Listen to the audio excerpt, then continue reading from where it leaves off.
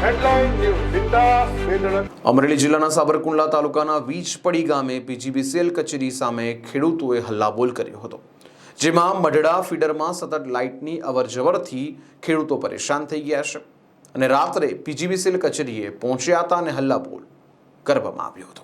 સાવરકુંડલા તાલુકાના નવાગામ, જાંબુડા અને મઢડા ગામના ખેડૂતો ખેતી પાક માટે વીજળી ન મળવાના કારણે ચિંતામાં મુકાયા છે। સાવરકુંડલાના વીજપડી ગામના ખેડૂતો વીજળીના ધાંધિયાથી ત્રસ્ત થયા છે।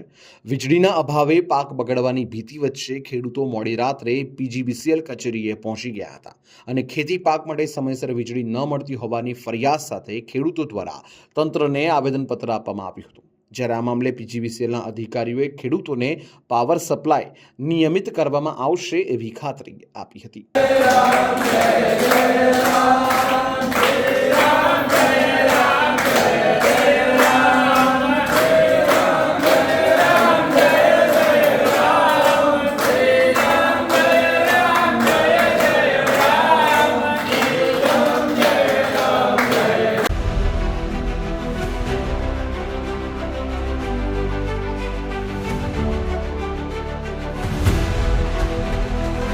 हर समस्या की डेट हेडलाइन न्यूज विकास वेधड़क।